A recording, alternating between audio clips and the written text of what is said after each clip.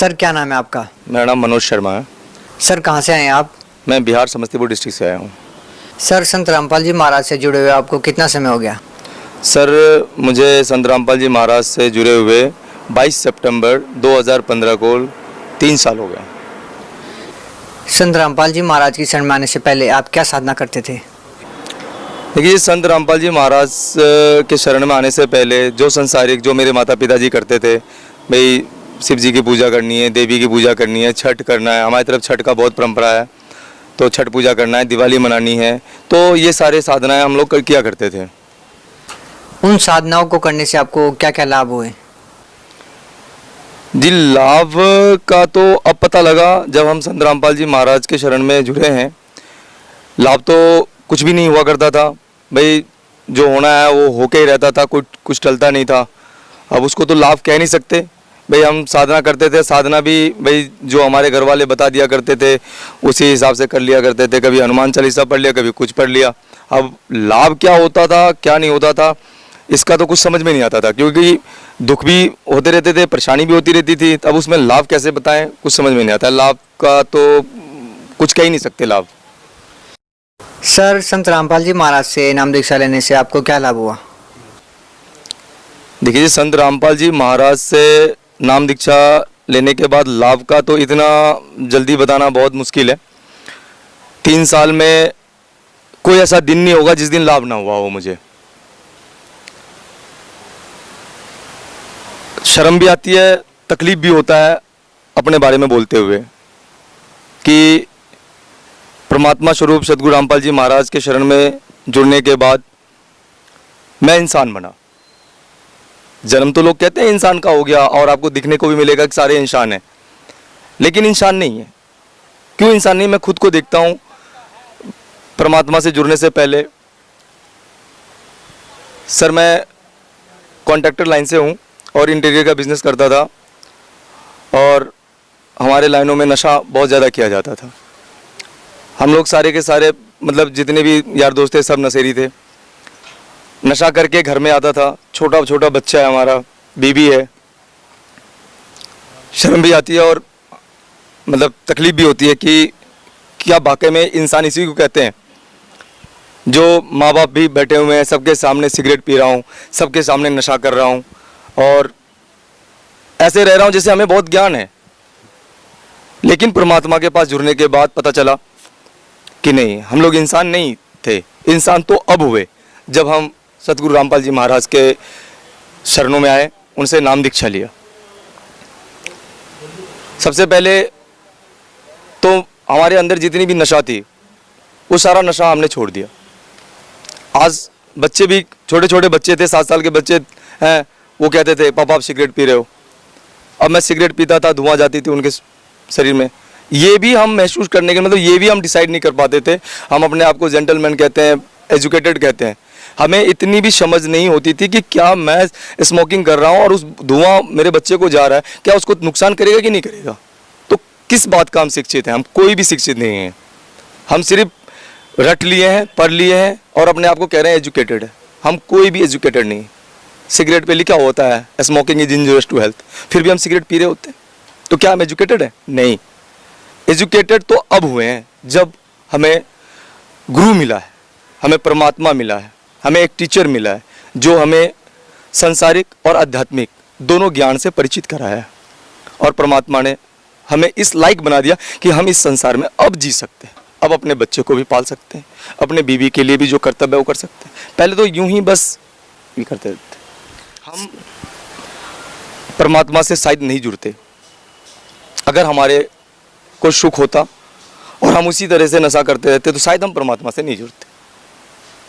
आपने पहले पूछा था कि क्या आपको उस भक्ति से लाभ हुआ कि नहीं हुआ। हमने कहा था कि पता नहीं। क्यों पता नहीं? कि भक्ति करते करते अगर दुख है और दुख होता है तो शायद हमारी कहीं ना कहीं कमी है, कहीं ना कहीं चूक है। या तो हम में चूक में है या तो वो भगवान में चूक है।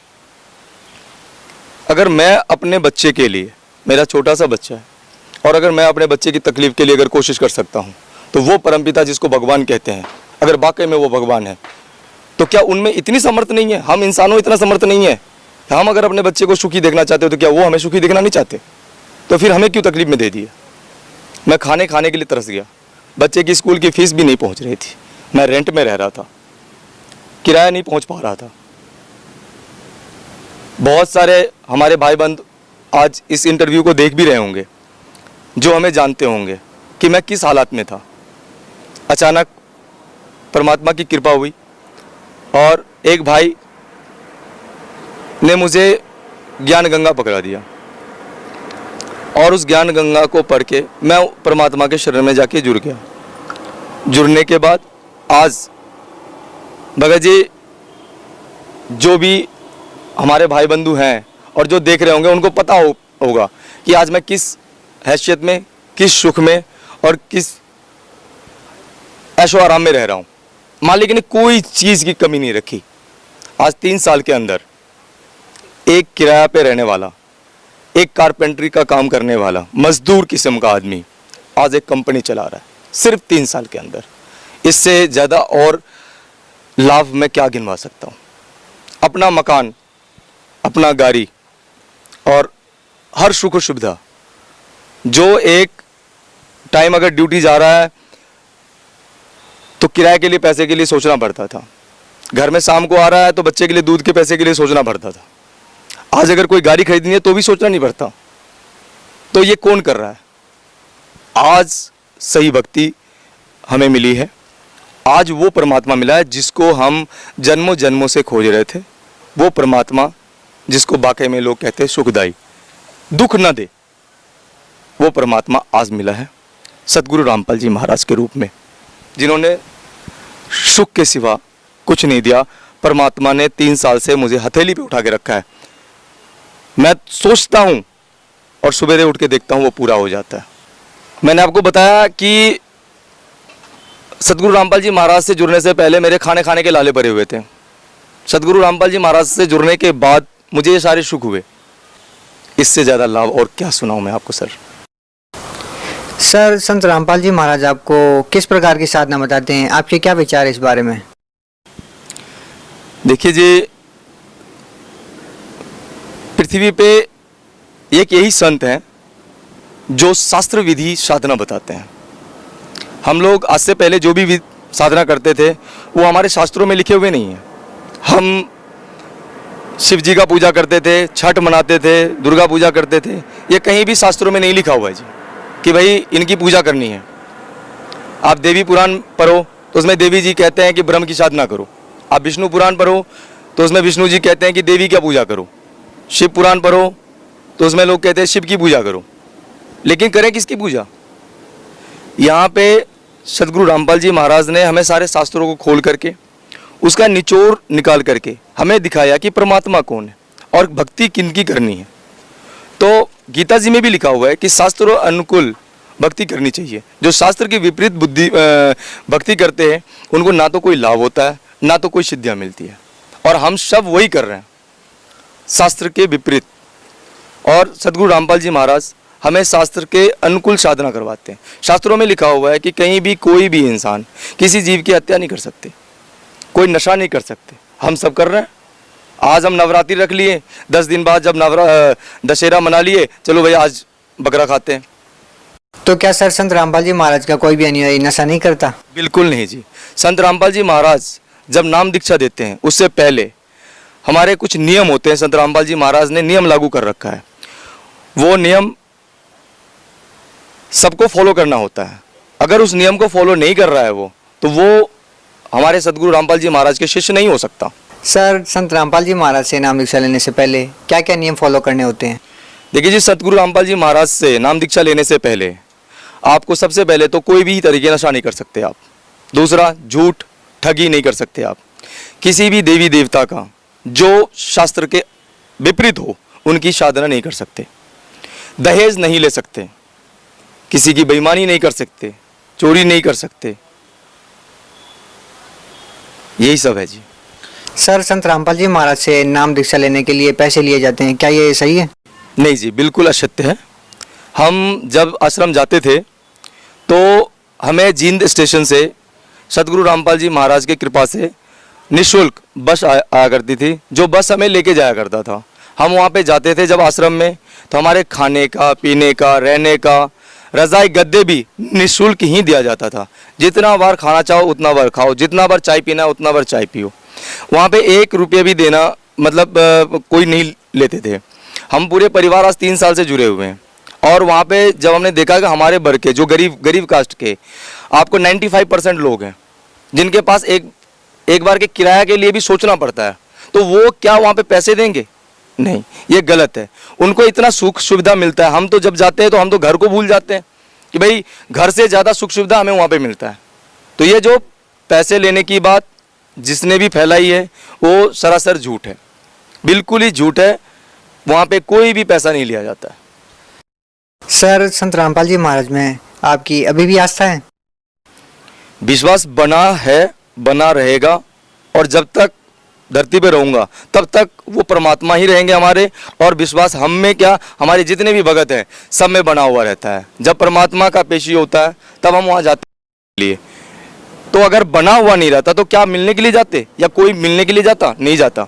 आज भी हमें पता है घर में जो रह रहे हैं, हमें हमारे घर के अंदर हम रह रहे हैं तो हमारे घर के बारे में हमें ज़्यादा पता होगा, ना कि बाहर वाले को पता होगा। तो हमें पता है कि हमारा बाप कैसा है, क्या है हमारे बाप में कमी है कि क्या हमारे बाप में अच्छाई है। वो तो लगाएंगे ना, जब सबकी रोजी रोटी मर रही है। भाई आपको जब आपकी बिजनेस बंद होगी तो आप मेरे ऊपर आरोप तो लगाओगे। भाई जब ये शास्त्र के विरुद्ध सारे जितने भी संसार में हैं सब साधना चला रहे हैं, और जब हमारे गुरुजी शास्त्र के अनुकूल साधना सुना रहे हैं तो उनकी दुकानें तो बंद हो रही ना। तो उनकी दुकान जब बंद होगी तो वो जितने भी हैं वो तो लगाएंगे ना आरोप। भक्त समाज को क्या संदेश देना चाहते हैं? देखिए जी, भक्त समाज जो अब की पीढ़ी है, देखिए पहले तो अशिक्षित थे, अब की जो पीढ़ी है वो सारे एजुकेटेड है, और एजुकेटेड लोगों को ज़्यादा समझाने की ज़रूरत नहीं पड़ती। वो खुद डिसाइड कर सकते हैं, लेकिन डिसाइड कब करेंगे? जब हम उस चीज़ को देखेंगे, पढ़ेंगे, तभी जाके हम डिसाइड कर सकते हैं। आप एजुकेटेड हो, हम एजुकेटेड हैं, तो हमें ज़्यादा देर नहीं लगेगी सच को जानने के लिए। तो परमात्मा की कृपा से साधना चैनल पे परमात्मा की सत्संग प्रतिदिन 7:40 रात्रि में आती है। आप एक बार उनको देखिए, ठीक है? अगर आपको नहीं समझ में आती है तो कोई बात नहीं, अगर गलत समझ में आती है तो कृपा करके हमें भी बताइए, मीडिया के माध्यम से बताइए कि हाँ भाई आपके गुरुजी ने या सदगुरु रामपाल जी महाराज ने इस जगह पे गलत बताया। परमात्मा का तो सिर्फ एक संदेश है कि हम सब मिलकर के जो समाज है, समाज को सही परमात्मा और सही भक्ति प्रदान करें। अगर हम में कोई गलती है तो परमात्मा तो हमेशा कहते हैं, परमात्मा ने साधना चैनल के माध्यम से सारे जितने भी गुरु पद पे बैठे हुए हैं और जितने भी शास्त्रों का अध्ययन किया है उन सबसे प्रार्थना की थी कि भाई आप सब हमारे साथ दीजिए। अगर हम में कोई गलती है तो हम उसको सुधारेंगे, और अगर आपकी गलती है तो आप सुधर जाओ, जिससे कि कोई भी संसारिक लोग भ्रमित ना हो और वो सही भक्ति करके सुख सुविधा ले। मैं चाहता हूं कि जिस तरह से भाई मेरे, मैं दुखी हुआ, और अगर मुझे परमात्मा नहीं मिलते तो शायद आज तो मैं मर चुका होता, क्योंकि दुख बहुत ही दुखद होता है बर्दाश्त करना। सुख तो बहुत अच्छी बात है भाई, सुख है हमारे को, कोई दिक्कत नहीं, कुछ भी करो, लेकिन जब दुख आती है तो भाई अच्छे अच्छे रिश्तेदार भी पीछे को मुड़ जाते हैं। तो भैया सुख ही तो अपने ही दे सकते हैं, और अपना तो परमात्मा है। तो भाई सदगुरु रामपाल जी महाराज परमात्मा स्वरूप में आए हुए हैं, यही पूर्ण परमात्मा है। और हमें भक्त समाज से रिक्वेस्ट है कि वो ज़्यादा नहीं, एक बार सत्संग तो देखे, 10 दिन 15 दिन में समझ में आएगा। देखिए जी, मेरे ससुर जी थे, और उनको जब मैंने बताया कि भाई ऐसे ऐसे बात है, हमने नाम दीक्षा ले ली, तो बोला उसमें फ़ायदा क्या हुआ कि भाई मैंने दारू पीना छोड़ दिया। तो हमारे ससुर जी बहुत सुखी हुए कि भाई हमारी बेटी तो सुखी हो गई। उसके बाद उनको बोला कि भाई आप भी नाम ले लो, उन्होंने भी नाम ले लिया। नाम लेने के बाद वो बहुत परेशान रहे, बोले तुमने नाम दिलवा दिया, मेरे को तो यही समझ में नहीं आया कि भाई कबीर जी परमात्मा, भाई आपके गुरु जी बता रहे हैं कबीर जी परमात्मा। मैंने बोला पिताजी एक काम करो, आपको परेशानी हो रही है, कोई बात नहीं, आप कुछ दिन सत्संग देखो, आप सब चीज़ को भूल जाओ, आपने हमारे गुरुजी से नाम लिया है वो भी भूल जाओ, आप सत्संग देखो, 15 दिन महीना दिन देखते रहो आप सत्संग, उसके बाद आप बताना मुझे, अगर आपको दिक्कत हो तो आप छोड़ देना बेशक नाम। 15 दिन के बाद हमारे ससुर जी जब आए दोबारा दूसरी हाजिरी लगाने के लिए आश्रम में, तो बताया कि भाई हमें तो बिल्कुल समझ में आ गया कि कबीर ही परमात्मा है। तो शास्त्रों में जब प्रमाणित है जो चीज़, देखो हमें तो देखो भैया शिक्षित समाज को तो एक चीज़ समझना चाहिए, सबसे पहले समझना चाहिए कि हमें पब्लिक के बातों में नहीं रहना चाहिए या किसी की बातों में नहीं रहना चाहिए। भाई परमात्मा ने कह रखी है कि शास्त्रों के अनुकूल भक्ति करना है, तो शास्त्रों में भाई जिनके बारे में, परमात्मा के बारे में जो प्रमाण है और जिनको कह रहा है कि ये परमात्मा है, शास्त्र जिनको कह रहा है ये परमात्मा है, हमें तो चुपचाप उनको मान लेना चाहिए कि वो परमात्मा है। तो भाई भक्त समाज से यही रिक्वेस्ट है हमारा कि वो साधना चैनल पे गुरुजी का सत्संग देखे, या हमारा जो नंबर टीवी पे आता है उस नंबर से ज्ञान गंगा पुस्तक मंगवाएं, उसको अध्ययन करें। वो सारे वेद शास्त्रों से प्रमाणित है, अगर उसमें कहीं भी गलती है तो हमें बताएं, और अन्यथा उसको देख करके अगर उनको समझ में आता है तो सदगुरु रामपाल जी महाराज से नाम दीक्षा लेकर के जैसे मेरा कल्याण हुआ वो खुद का भी कल्याण करवाएं।